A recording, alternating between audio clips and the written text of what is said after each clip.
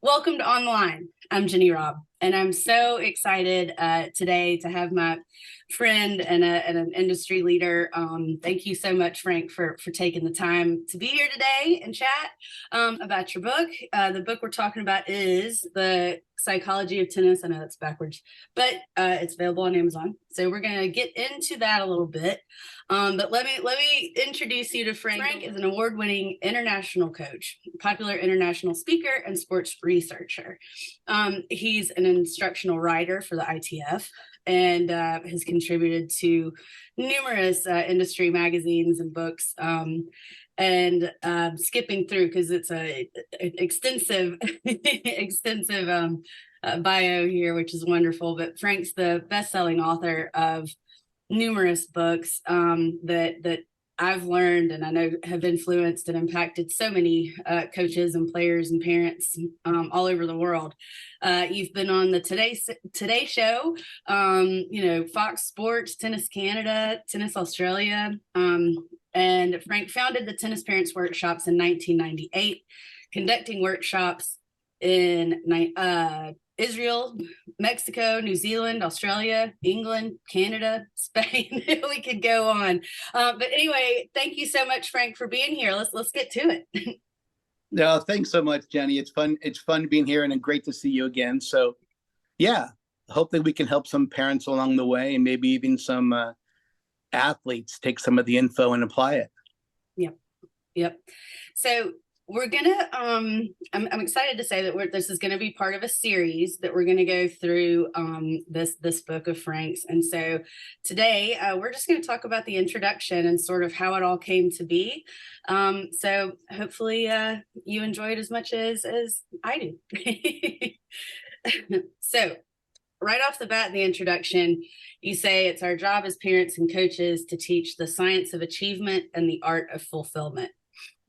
So kind of lead us through those, or I love those phrases, but kind of expand on that a little bit. So what the science of achievement and the art of fulfillment. Yeah, no, sure. To me, the science of achievement is how parents and even coaches can help athletes customize their preparation. And that's a huge part of their achievement. So when they have outcome goals, as you all know, they have to be able to meet performance goals and improvement goals and growth every week. And so how they customize their preparation is really key. And so one of the things that's really important to me is athletes should understand that they have a unique personality profile, a unique brain type, a unique body type. Even the style that they play is dictated by their personal genetic predisposition. Their brain type, their body type. It's not based on how their coach used to play back 20 years ago when he or she was a player. And that's one of the issues nowadays. A lot of the modern coaches, a lot of the coaches that to me are more of the better coaches in the industry, they really have a way to get into the athlete's world. Mm-hmm. And so instead of forcing athletes to get into our world, it used to be like the one size fits all, right? 1950s assembly line mentality. Mm-hmm. Everybody get in line, hit one ball, go get in line, hit one ball every. That kind of stuff is a little bit outdated. So, mm-hmm. We'll talk a little bit about customizing preparation. I think it's really meaningful that parents know that great tennis players are really great athletes first. Mm-hmm. So up until the age of 13. They should play multiple sports, in my opinion, to be well-rounded. Totally. Yeah, they should spend, depending on their age, they should spend hours a week in the gym working on core and upper body and medicine ball, maybe bands versus weights if they're a little bit younger. Mm-hmm. Obviously, they need a lot of agility. And, speed and agility are two very different things. And speed is how well you can run to a spot if you already know where to go. Like when coaches say, okay, race to the water fountain. And we see some kids like, man, they're bolting and they're in first place. But then in a match, they look, yeah. In the match, they're crazy slow because they hesitate and they have cognitive processing issues and they're overthinking possibilities. Mm-hmm. And this is part of agility, speed and agility. Agility is tennis is an open skilled sport. Right. So kids have to be able to change directions in milliseconds. Right. That has to be trained. That doesn't happen when you stand in line, hit a ball, go get in line. And so tennis specific training is really important with the science of achievement. There's a reason why some kids win all the trophies and others just look good in the warm up. Mm-hmm. And parents, we see it all the time. We're like, I don't get it. My kid looks so good in practice. Exactly. Yeah. But in a match. Right. And yeah, so usually in practice, what happens is the kids are playing catch back and forth with the coach, who's pretty darn good, and they can hit it right to the athlete's, sweet spot, strike zone. Mm-hmm. And the athlete really does look terrific. And they're playing a game of catch, essentially. Right. Yes. Now the next day they're in a match. Now that jerky opponent is playing a violent game of keep away. Right. And now our kids go down in flames, and we're like, I don't get it. Well, they have to practice in the manner they're expected to perform. Exactly. And that's a huge statement, in my opinion. And I've said it for years, but practicing in the manner you're expected to perform is really important. Absolutely. That's part of the science of achievement. So if there was a list of customizing your child's developmental plan, like a weekly developmental plan, they would have off-court in the gym, right? Off-court speed and agility, and even endurance, right? Stamina, because we know, and Jenny, from running all these tournaments and being involved in, Davis Cup all the way down, that, in a lot of these junior tournaments, there's, let's just say, a 64 draw event. And every round, half the people lose. Okay. And at the end of the tournament, one person wins, 63 goes home a loser with the parents mad at them. And it's difficult, isn't it? I mean, if you're only happy when you win the whole tournament, it's going to be you're not going to be very happy in tennis, right? No, I could not agree more. And I love what you say about practicing in a way that you're going to be going through the same rhythms of a match. Mm-hmm. So you have your routines practice. If you're practicing your serve and you just grab a ball out of the basket, serve, grab a ball out of the basket, serve, are you doing that routine? Are you taking the time to, pick your spots or think about what you're doing? Just mm-hmm. all of those things that the routines that you go through that, you got a Nadal, of course, is the easiest example of that. You're going to do the same thing over and over. But if you're not doing that in practice, it's going to feel weird when all of a sudden you're out there in a match. And so I love your perspective on that. Yeah. Thank you for that. So yes, the ABCs, agility, balance, control, I love that as part of the science, and playing other sports. It's important. Health wise, you're going to see fewer overuse injuries than if, the baseball pitching is the biggest example I can think of for, how many pitches is that kid throwing per week? Yeah. Is that all that they're doing? And so just for the overall health, physical, and mental, it's good to different sports. Like you said, I'm a big fan of gymnastics. I have two little nieces that are into gymnastics right now. And so that would be an example of a closed sport. They have a routine and they're going to do it to the music and they're going to do it over and over and over. And there is certainly, challenges in that regard as well, but it's not the same as you don't know what's coming. And so you're reacting and making those decisions in milliseconds, like you're saying. And so, that's huge. And it's it's important to understand that, especially when you talk about, in a draw of 64, only one wins it all. It seems like a simple concept, but I think it's so simple that people just don't think about it. Maybe you go, oh my gosh, okay, all these kids, we got to worry about those kids that had, maybe went lose and go home. And that wasn't really a fun weekend. So, but it's part of it. It's part of it. I mean, I have to cite my good friend, Jim Harp over in Georgia. I've, spent some time there with his academy a few years ago, and we would have these conversations and you'd go, you got to love to suffer, and that's kind of it. Yeah.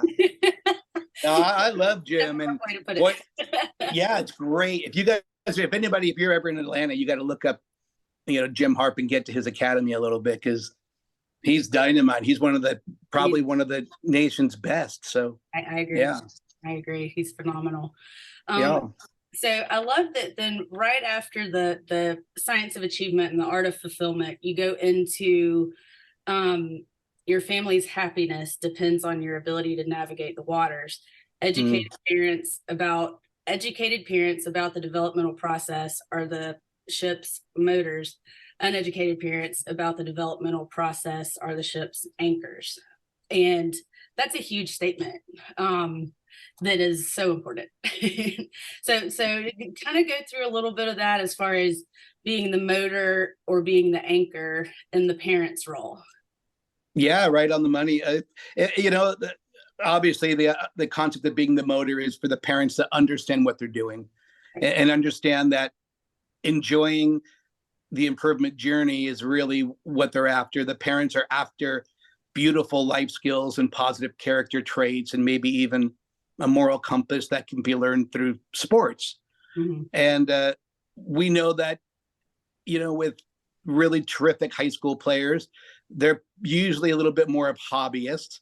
Maybe 2% of those go on to play D1 college, maybe 5% even play anywhere in college. So it's very slim pickings when you get to the top. And that's almost like athletic royalty, you know, when you go to school and you get to play for a team.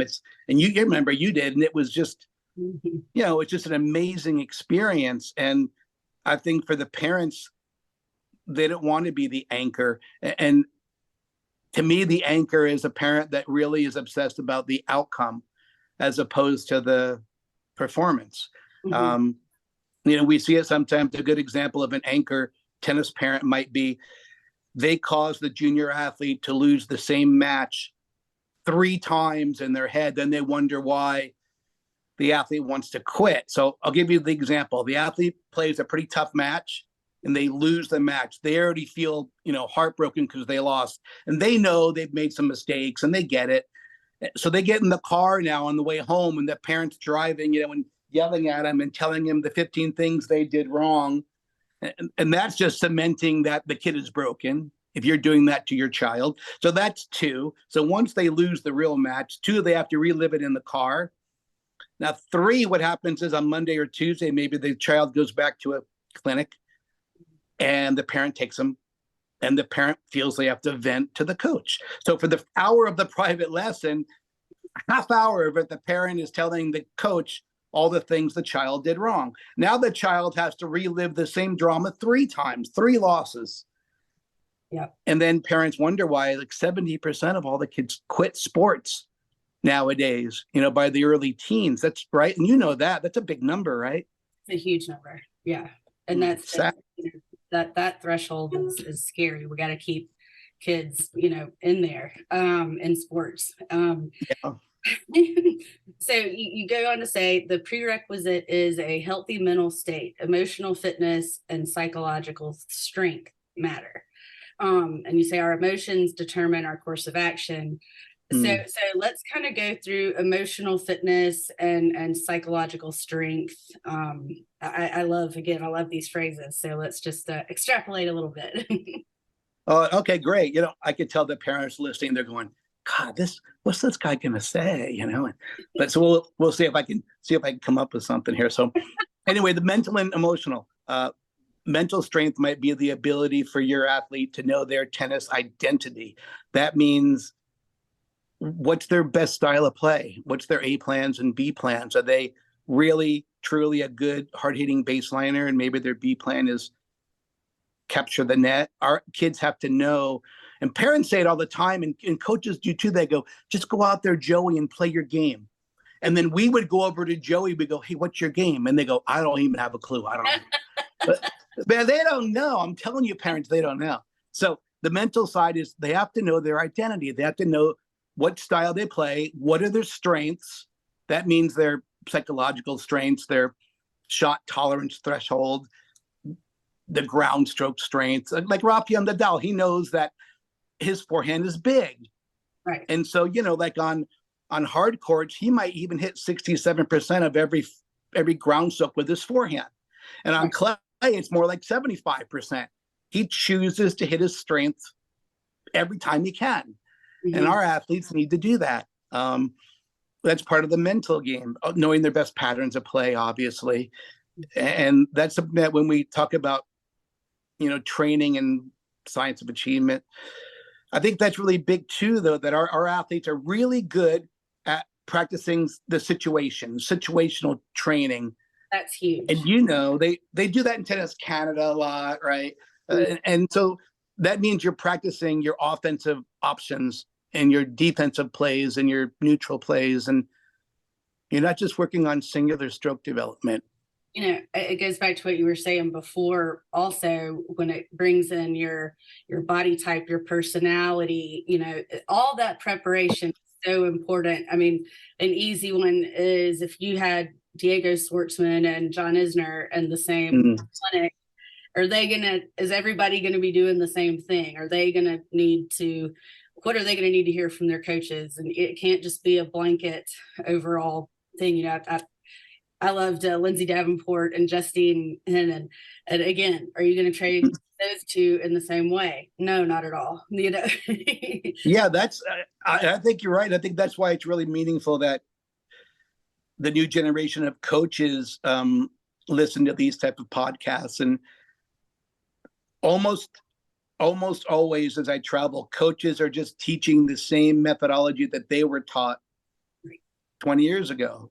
And Yep. because it's hard to change, right? And it's just like us with our parents. Sometimes we say the same thing that our mother or father say, right? And we go, oh my God, I sound like my dad.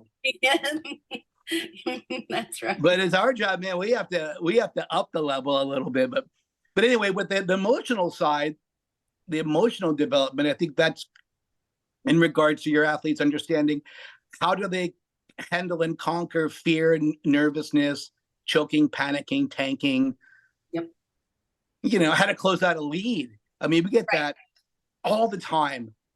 And a lot of that is based on your emotions, right? Because your emotions really drive the ship. And most of us, we tend to really believe our emotions, but really they're just speculations. Yep. They're not always true. Absolutely. You see what's in your head. The players, might have a completely different view if they come off the court and from their parent or coach watching to what the way they interpret how they played could be completely different, which is understandable. And like you said, whether it's panic or just not knowing what to do, how to deal with the emotions, and that it's so huge because you're Yeah. by yourself. You don't have a whole lot of time, even in between points or on changeovers. And so again, going back to routines and, how do you get yourself, back in that place, and the preparation for that. Mm. So huge. That's good. Yeah. Why don't we walk the listeners through what we mean by routines and rituals in between points? And if anybody out there listening doesn't have an exact plan or an exact routine. So let's say a point's over and we know most points last about 5 seconds, 4 to 5 seconds. They're short, right? And that's the hardware of the game, right? That's the strokes and the athleticism. Now the software of the game kicks in between points. So that's mental and emotional, right? That's when that skill set clicks in. So let's say our athlete misses an easy overhead and they're getting a little bit frustrated and they feel it starting to erupt inside. I'll give you 4 steps that I know, Jenny, you do this with your players too, but we'll do it for the listeners. But number 1, they need to create space. They have to walk all the way to the back fence, past the baseline, go all the way back, maybe go to where their towel is, and then stand totally still. Takes 3 deep, slow breaths because it's meaningful to manage your heart rate and your breathing. One of the things I'm working on lately, which is really interesting to me, one of the newest things I'm trying to do is, you remember the old Fitbit we would put on? Oh, yeah. And okay, so my wife was really big on this. I had to take, I don't know, whatever it was, 10,000 steps. And I remember when I would get home from work, if I only had 6,000 steps, I would take that Fitbit and I would put it around my dog's collar and I have him run around the yard. And then by the time my wife got home, it's boom, I got my 10,000 steps. That's so that is great. That might be the best tip you get.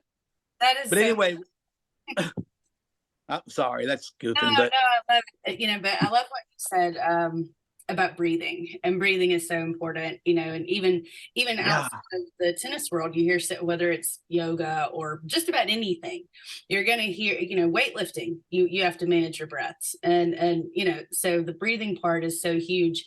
And one thing that I know you've talked about, and that breath in through the nose and then out through the mouth, to be able to kind of clear your mind, fill your lungs up. And like you said, that's going to bring your heart rate down and calm you down, because you don't want that,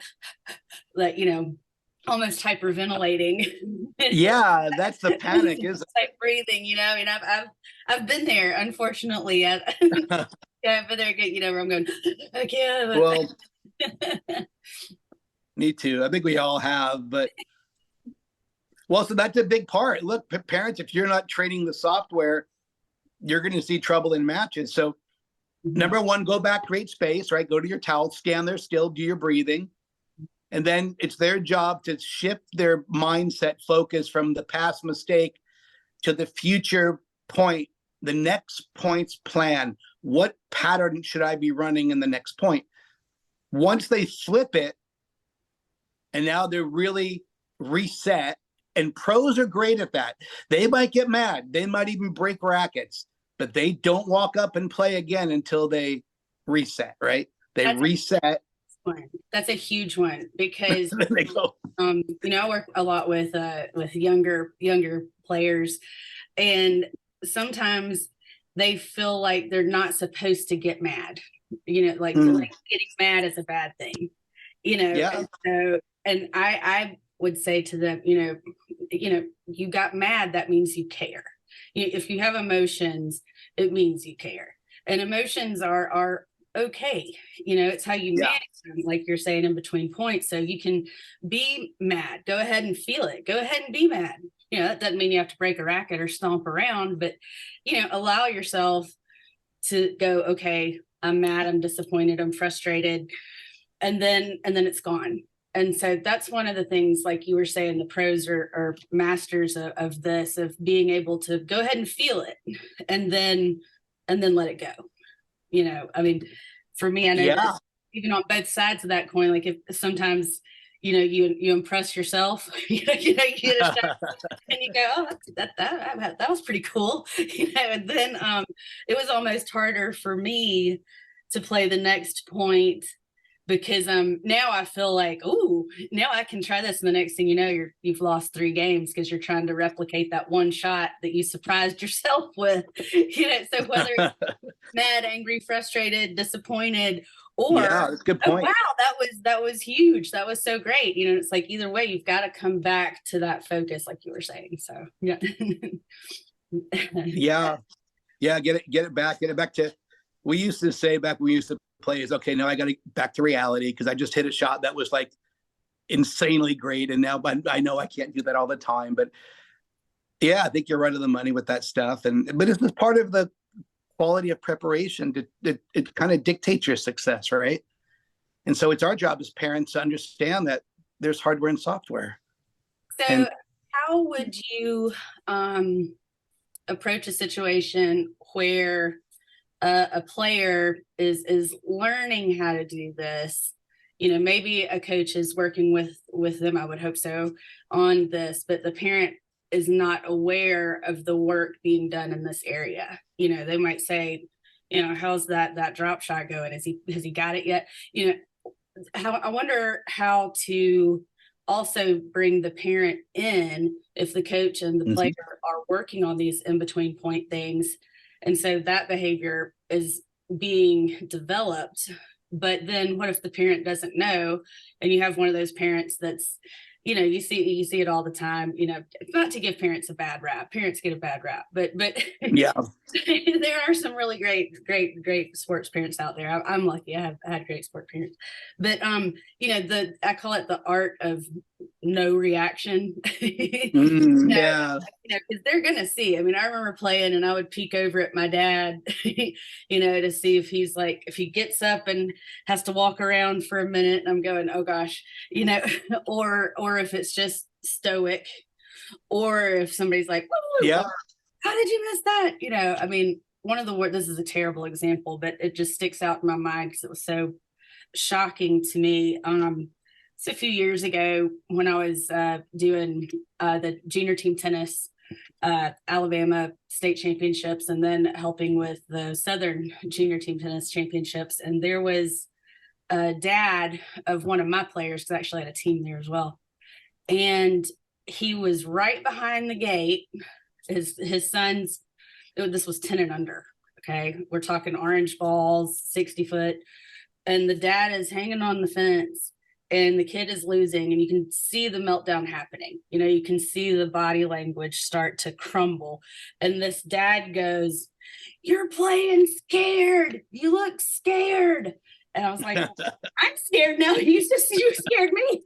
I can't imagine what he's feeling out there. Yeah.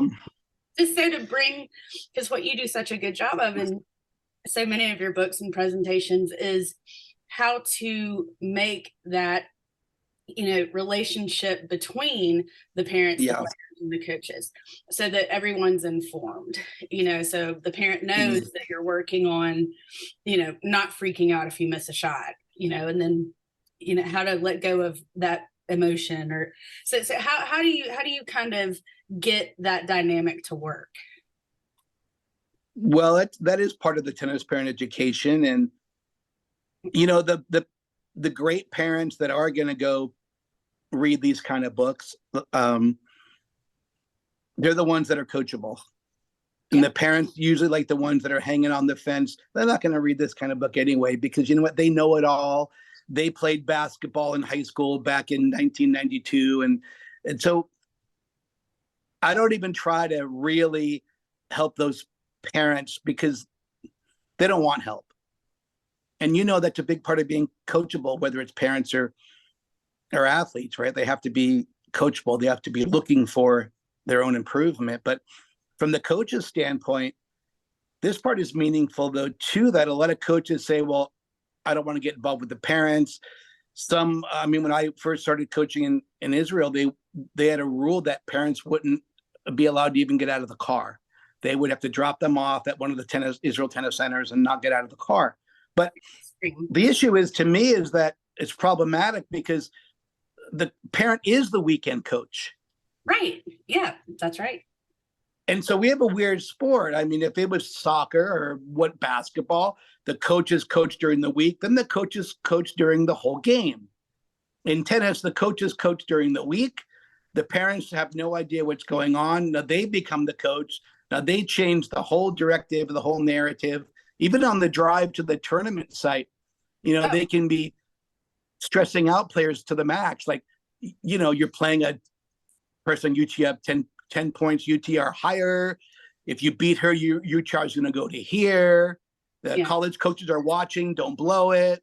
We just spent $2,000 to get you here, and we're not going to waste our hard-earned money. And so there's a lot of stuff like that goes on. But yeah, that's kind of why we're doing, even with like PTR, we're doing a lot of the tennis parent education too. We're trying to help the coaches to help all the parents. But yeah, that's a tough issue, isn't it? In my opinion, if you're a parent, try to sit quietly, try to sit, like you said, stoic, and just put notes in your phone.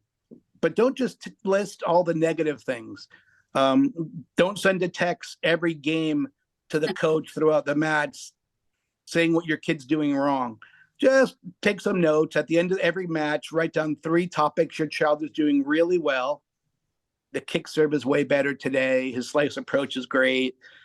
But then list 3 things that he needs to improve still. His software, he's rushing in between points a little bit. Can you work on that? And then what I'd like the parents to do is only text that information directly to the coach, but don't talk to the junior athlete about it. Right. So in a sense, I mean, the coach, the parent, and the player, all 3 have to be coachable. For a coach to want to learn how to involve parents more, or create a better dynamic between the 3, that's a part that coaches would want to be willing to learn. If that's not, if your program you might see the drop off, the pickup, or, maybe you talk to them a little bit on the phone after a match or something, who knows. But the coach being able to be coachable to help the player and the parent, and then the parent has to be coachable, Yeah, right. going back to, so I love I think we all have to be able to. the coach and the parent, they need to breathe too. Yeah, You they are do. there and a They parent can do. be all clenched, like, oh my gosh, I hope she doesn't double fault. It's like, well, you need to breathe too. Everybody, let's all just breathe. Yeah, it's really not life or death in junior tennis, that's for sure. I would like kids to think about practice matches or even junior tournaments as just dress rehearsals. That's all it is. Dress rehearsal. And so that's something that they want to look at a little bit. But we all should try to dig deep and give 20% more. So sometimes we ask juniors, go out, hit a basket of serves, and we expect maybe the juniors to do a little bit more. We want parents to not be a hobbyist parent, but get more involved in it. Sometimes parents are uninformed, where they act like, they drop them off maybe to a private once a week and a couple hours of clinics a week, and they expect that child to win tournaments. Well, look, I'm here to tell you, they're not going to win tournaments at that level of training, especially the bigger tournaments, right? So I think that's meaningful, that the parents have to get involved if they want the child to be more than just a hobbyist and maybe go on and play college ball. Nowadays, high performance sports, no matter what the sport is, equestrian, right, motocross.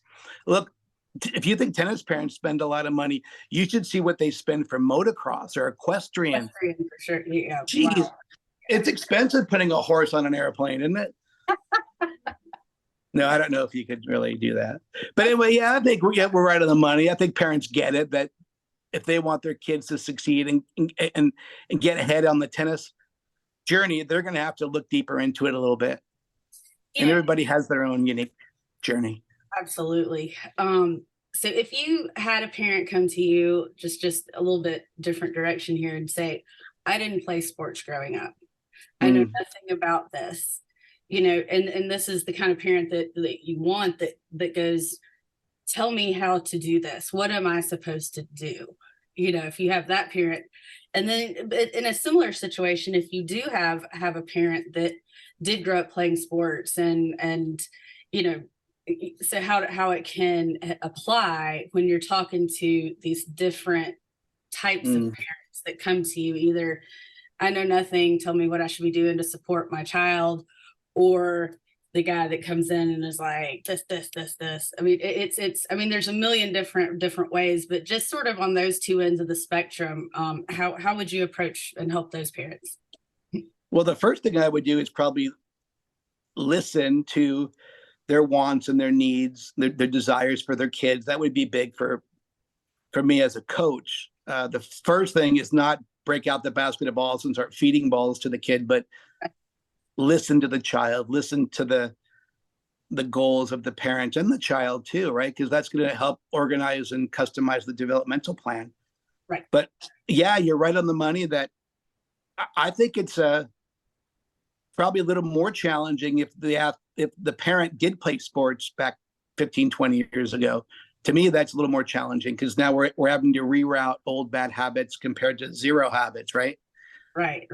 Coaches know that. You get a beginner, you can teach them the right motor programs for serving or whatever. It's a little bit easier than trying to change, the Gladys that's been serving like this for 30 years, and now you're trying to get her to use a serve grip, and she's like, no way, man, I can't change. I got to beat Martha next Tuesday. I don't have time to. So getting into that, where does, it's kind of like a chicken and egg. Does the kid, the player, do they set their goals first, and then the coach kind of sees a path to help them achieve those goals of the player? And then is the parent even aware of the kid's goals? Yeah, no, great. And it's have their goals. How does everybody's goals get all on the same page?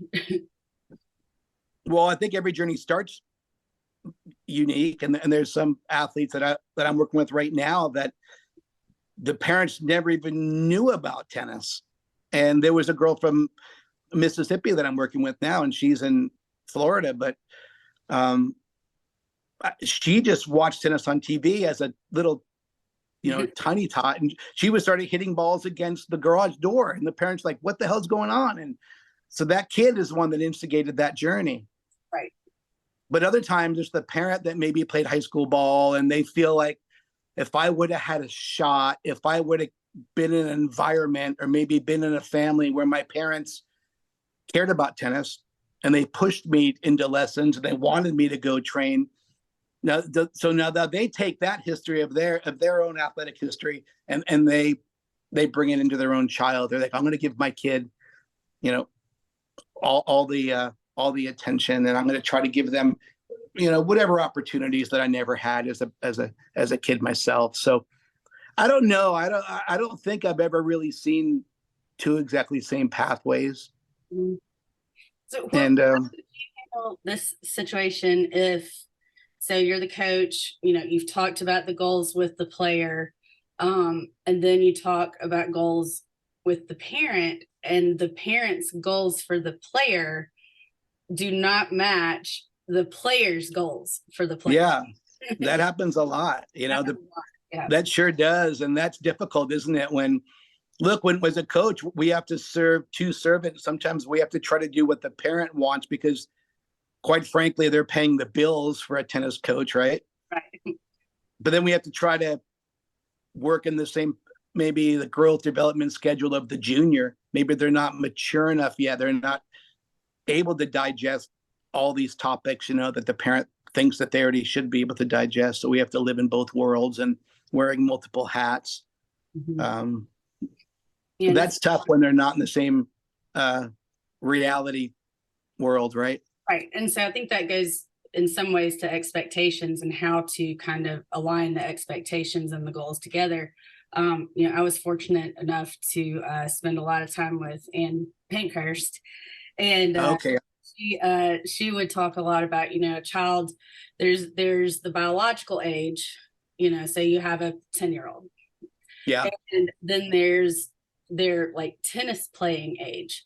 So you might have a 10-year-old that has never been on a tennis court before in their life, and you might have a 10-year-old that's been playing tournaments and is ranked in the South and blah, blah, blah. So as far as the expectations that come, if you're looking at a parent and you have these different situations as far as like the experience of the player, and like you said, like some people are late bloomers, you see it all the time, and with girls especially, that in the 14s you might have a tiny little kid, and the opponent looks like they could have driven them to the match. That's the joke. You have these huge differences, and that goes back to what you were saying about body type and personality. Personality is huge too. I mean, I know just in my experience, I can think of 2 or 3 girls that had older brothers, and the older brothers this is another thing Ann Pankhurst talks about, like birth order and how, the psyche of that. And these 3 girls I'm thinking about in particular, the older brother played also, and they were very good at practice, respectful, fantastic, enjoyed playing, coachable. And then you see this little girl, and I know 5, 6 years old, and she comes out and is like running at the ball and like a banshee. And at the time, years and years ago, I was kind of like, oh gosh, how the older brother is so easy. And then over time, I've seen that a lot of times it's that kid 5 or 6 that's like running at the ball like a monster, that you go, okay, there's something to this, and so that personality wise can come out, and you see that 5-year-old running at the ball, and maybe that's the player that's going to have aggressive patterns versus a player that's a little more reserved, or stays kind of within themselves, and you want them to be more aggressive, so you want to rein somebody in, and then you want to give somebody else like, go, come on, I mean, I would put myself in the other group. I can still hear in my head, my coach say, "Close the door, Jenny. Close the door." Like I've gotten to that point, and then it's like, ah! Close the door, Jenny. It's like, oh gosh, yeah. You still remember? Isn't that funny? Oh yeah, gosh. So yeah. It's true though. We do remember Yeah. way back, huh? But yeah, there's just different. There's definitely different ways parents look at that topic. I think you made some good points there. What do you feel? What do you feel that parents need to work on more so? Is it understanding things like that birth order? I think just expectations. There is. I mean, I'm working with a guy right now who's 12, but I'm 5'2", but he's already almost 6 feet tall. He's 12 years old. Wow.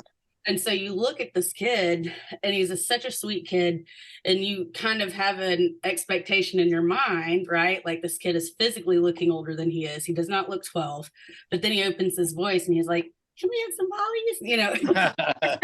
Yeah.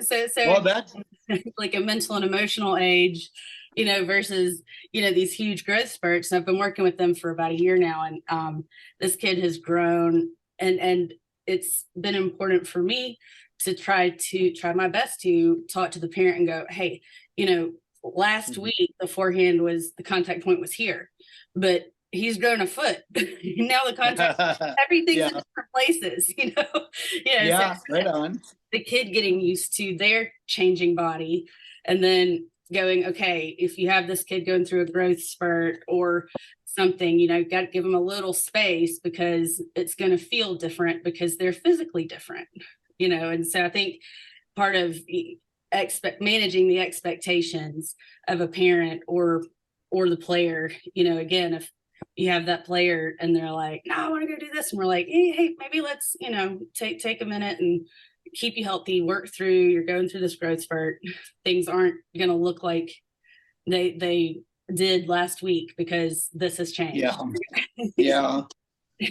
Well, I think those are all great points for parents to look at. Children that have older siblings usually are a little bit more, not always, but they're usually a little bit more competitive, because maybe they have to fight for the remote control or the last slice of pizza, but they're growing up with confrontations. Mm-hmm. Yep. Their older brothers stole his shirt or whatever, and then we get only children, and I see it often that they don't have those skills because they never had to worry about the last slice or somebody wearing their shirt. And that's huge. So that's nurturing, right? Yeah. I love what you talked about with what Ann talks about, and how yes, they have a chronological age, but they also have a mental age. Some kids are way more old souled. Maybe we used to say, remember that? Yeah, yes. Some are just not even, as you said, not physically developed yet, but others are, like your athlete. Mm-hmm. So there's so much more to think about. And parents and children also get a little bit confused with this idea about age, because there's often a 14-year-old that plays in a tournament, right? And they're playing a younger 12-year-old. The 12-year-old's been playing national tournaments for 2 years. The 14-year-old's only been playing 3 or 4 local tournaments. The 14-year-old gets smoked in the match, and their parent and the 14-year-old says, I don't get it. How do I lose to a punky 12-year-old, right? It's confusing, but in tennis years, like doggy years, the 12-year-old is older. Right.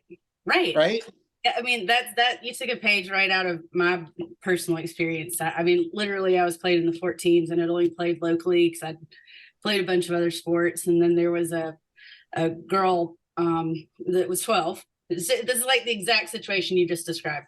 And I didn't have a whole lot of experience. I was scrappy, but didn't have a whole lot of experience. And we walk out there.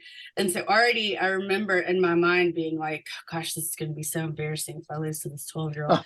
And oh no, you start letting these things come into your head that have no good reason to be there. And I remember I because I was kind of chatty, but I'd be like, I like your dress.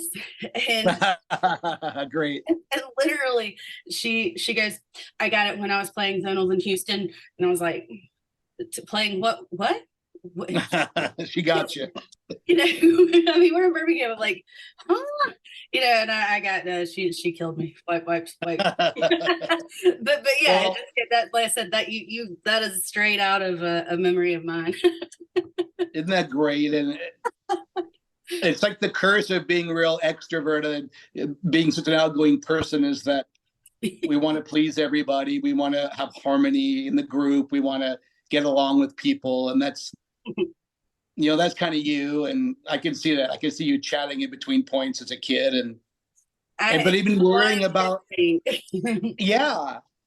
I didn't want But somebody you to be do. mad I at mean, me, look, I'm wired like you too. And we worry about, what are people going to think? What are my friends going to say? What are my parents going to think when my ranking goes up, or when my ranking goes down, when I lose to this toad? Even Joey beat this toad. How am I losing to this guy? And ouch, it can really go on and on, right?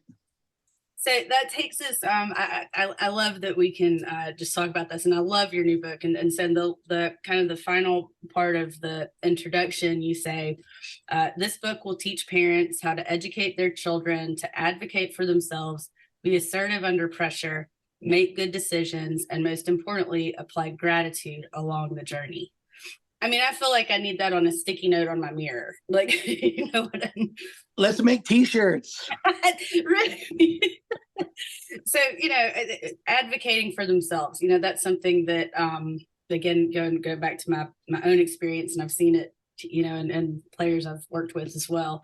But I didn't want to, if there were questionable calls, let's just go with an easy one, Yeah. and you do the whole, are you sure? Or, that phrase, that's like, I mean, and I didn't want to, I avoid confrontation usually, and so it's like, I didn't want to confront her about maybe some bad calls. And the idea of like leaving the court to go ask for a line judge, I think I remember the first time that I ever did do this, and I was so scared with the line judge, and I'm worried about the line person standing there on the court that I couldn't play. It's like, so advocating for themselves is huge. Like I said, that's just one example. And then you said be assertive under pressure. I think about if players lose the score, and you've seen this a million times, and the parents might know the score, and they're kind of like, 5-2, 30-40, but again, to be able to be assertive under pressure, and assertive is not a bad word. It's going, No. it's assertive is not a bad word. And so, being assertive under pressure, and you're going, no, it's this and the tiebreaker. And they're going, no, it's not. And counting back the points. And so now the parents are losing their minds. And the coach is over there going, oh my gosh, how have you forgotten the score? Even though it's 100 degrees outside, and you've played this long match, and you forget. I mean, you lose the score. It happens. Yeah. So you have advocate for themselves, be assertive under pressure, make good decisions, and most importantly, apply gratitude along the journey. So what are some other examples? Let's get into that advocate for themselves and being assertive under pressure, and making the good decisions. Well, we have to first thing we have to do is we have to allow our children to make decisions, right? We have to be more like, that's huge, lifeguards, not helicopters. And we always hear helicopter parent, right? I think a big key is try to pay attention to the needs of your children. Do they need more avoidance or exposure with a certain topic? And if they need more exposure, you have to dig into it and let them work on that topic. If it's anything from like handling lines calls, we have to teach them the minuscule pathways to how to deal with that issue, how to handle gamesmanship, how to handle cheating. Advocate for yourselves is based on that. But I think it even starts way before they ever get on a tennis court. I'll give you an example that might be meaningful if the parents can have their children try this, but do what I would call the co-pilot game. It's Okay. all that means is if you're going to go to a trip to visit relatives, or maybe even getting good enough to go to a different state to play a tennis tournament, the child has to navigate and find the airport. They have to tell you how to find parking. They have to find the American Airlines counter to check in. Now they have to find security. And when you get through security, they have to find the gate. Now we're going to help them. We'll be there like a lifeguard, but we're not going to do it for them. They have to find the plane. They got to find the seat. Yep. When they get off the plane, they got to find baggage claim. Maybe they have to find the rental car. That's a new one. I love that. Oh, come on. I'm a trained professional. Yes. Yes, No. you are. But look, you can even do that going to the grocery store. And look, the more we have the kids be in charge, the more they're going to feel like they can do it. They can make decisions. Well, that's and like, that's how you, like, say you take, like I said, I've worked with high school teams or junior team, tennis teams, whatever, it doesn't matter. But if you go out, go to dinner after the match, win or lose, whatever, you're on this trip, you're at the state championship, whatever. And so you got to eat dinner, and so parents are probably all going to sit at a table, and then the kids are going to sit all at a table. And so it's always been interesting for me, and this is part of, my restaurant world thinking too, but it's like the kids that can look at the menu and go, okay, and know how to order, just yeah. to be able to put, versus a parent ordering for the child, like, oh, Beautiful example. have this, Yeah. this. And I literally remember a girl who I adored. She was so sweet.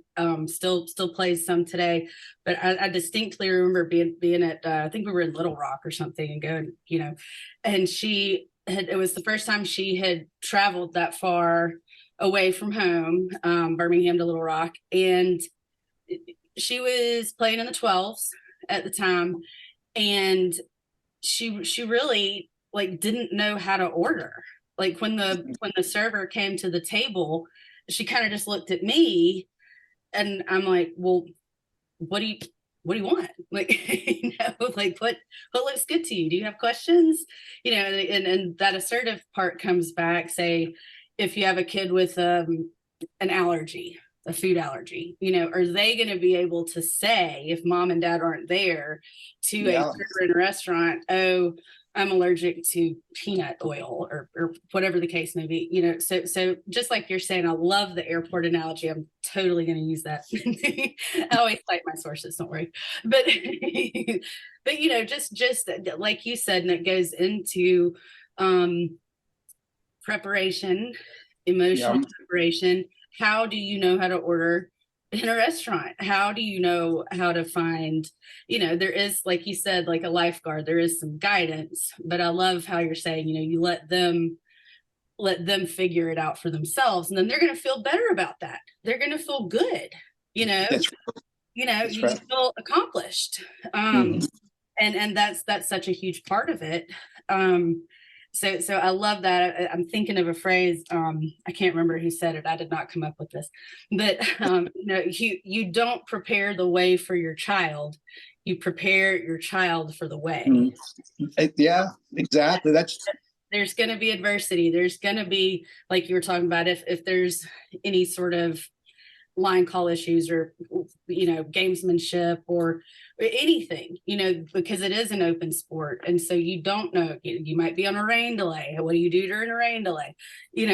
So these kids making these good decisions, and part of, like you said, the character traits and life skills. Yes. So it's such a good parallel. A kid's feeling accomplished, and say you're working on a pattern, and you say to that kid, this match, it might be a practice match, who knows? But you go, I just want you to work on that pattern, and I want you to stick with it. I don't care if you're winning or losing. I want you to work on this pattern. And then they get it. And then they're like, oh, and now you might have found a primary pattern. But you were the expert. So take us through kind of how that evolves and develops. Yeah. Well, I think that developing a player means that we're developing inner belief and confidence. We're developing their confidence. We're helping them with with that trait. And so, yeah, if they're doing serve patterns, for example, here in Southern California where I live, what we do, we're hard courts here basically. So we would take this. You go to Walmart. You guys all have Walmart. Get some 2-inch duct tape, and you duct tape down the middle of the other service boxes on the other side. And so they have to play the whole practice match serving only out wide. Mm-hmm. Or maybe only serving down the tee. And if both players have to do it, so it's even, equal Stevens kind of thing. But I think that's a big idea, that if they can start to hit half a service box in practice matches like dress rehearsals, that's the next step. So, for us as coaches, and parents need to know this too, there is a systematic approach. Really, we have to get them to first understand the play and pattern. Then we have to have them do it slowly with like feeding drills. Mm-hmm. That's phase 2. Then we have to do dress rehearsals, which is phase 3. And then they get to try it in the real match. And it's the same concept as here in LA, these Hollywood actors and actresses, they have to get the script, do the line reading, then they do dress rehearsals all week. Then they shoot the show on Friday. Mm-hmm. And there's a reason why they do that order. But unfortunately, with a lot of tennis players, junior tennis players, they take a private lesson.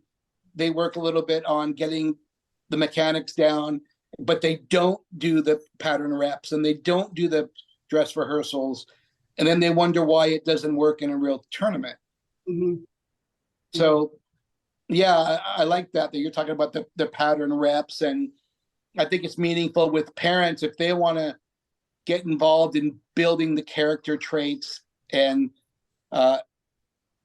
ask and coaches can do this too, but ask, don't tell. Don't tell them what to do. Ask them what to do. Right. And you've heard that a million times, and you probably already do it all the time, but just the way of asking questions, say if I have a player, and this could be an adult I'm working with too, this could be anybody, and I go, okay, what's your favorite serve? And they're like, I don't know. Like, what do you mean you don't? What's your favorite serve? Yeah. Or, if you're, it's 15-40 and it's match point and you're hitting a second serve, what does that look like? What serve are you going to hit second serve at match point? And they're like, I don't know, I'm just going to try to get it in or hope not to miss. There's what, well, I don't want to. Yeah, hope not to miss. Yeah, and I'm like, no. Yeah. I had a lady the other day just say, I'm just trying to get a tan. That was her. That's great. She didn't care about where it was. That's so funny. Oh my goodness. Well, this has been so much fun. The last thing I want to touch on is the last part of the introduction there, where you say apply gratitude along the journey. And this is huge. I mean, it can be, you can go, oh, that's a nice thing to say. Yes, we should all be grateful.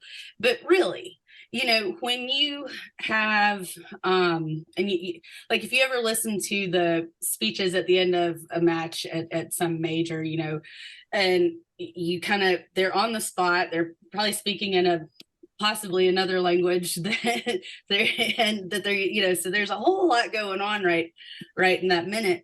And they go, they always, you thank your coaches and your people, your entourage, or, and your parents. Do you thank your coach? Do you thank your parents?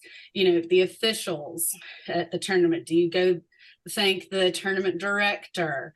I think all of those things, we hear it at the US Open or whatever, but really even wherever you're playing, if you thank your parents, say, hey, you're driving all over the place. Mom spends more time in the SUV than she does at the house, carting people are, when was the last time you thanked your mom for driving all over creation and getting a warm up? It's like, Mom, thank you for getting up and getting me to my 6 o'clock warm up. And, when was the last time, I'll just occasionally, when was the last time you thanked your mom for, That's great.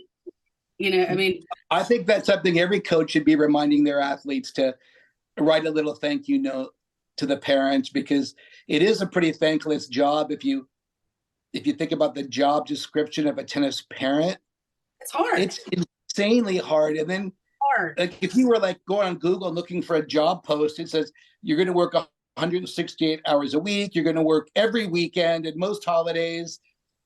And you're, like you said, you're going to get up at 5 a.m. And at the very bottom of the job post, it would say, and there is no pay and all your expenses will not be reimbursed. Right. Oh my God, this is a hard job. But yeah, that's so funny. Geez, I I think that, well, obviously, because it's in this Psychology of Tennis Parenting book, but it's also really all through the pages of the earlier tennis parent Bible. But if you can train your juniors, if you're a coach, if you're a parent, if you can help your children to appreciate and be grateful and express it, and maybe even if they're not wired that way, to have them wake up and do a gratitude journal, which is something we can talk about later. But it's meaningful that kids wake up and they start to think about all the opportunities they have and all the possessions they have. Mhm. I mean, especially here in Southern California. I mean, there's kids that drive. You should see the cars, these like 15-year-old, they just get their license, and they have the brand new BMWs and Mercedes, and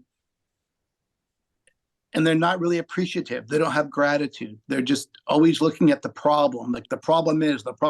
And it's like, yeah, but what about your solutions, and what about everything you have? And I think I have to give that speech maybe once a week here in Southern California, that look, some of these kids were born like they won the lottery. Right. But they don't get it. Yeah. So maybe we have to teach that a little bit more, maybe. Yeah.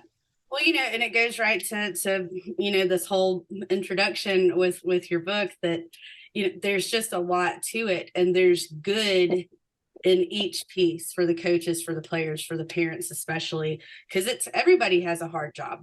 It's stuff. And I think part of gratitude is realizing, mom's getting up early and driving me somewhere, and who really wants to go to, I'm not going to say a city specifically, but who wants to go spend the weekend and such and such. Yeah. I mean, so there's kind of expectations. Does the kid just expect mom or dad or whoever it is to be doing all these things? Maybe they don't even think about it. If everything else is done for them, they don't even think about it. I mean, I remember, and this is my last personal story I'll tell. I get together. You get all jazzed up. I do. We're having so much fun. But I'll never forget. This was just a few years ago. So this one's a more recent story. I was coaching a kid, great family. And we were in Rome, Georgia. Yeah, we were. And she's playing this long match. She's so coachable. I mean, like I said, this family's such an ideal family.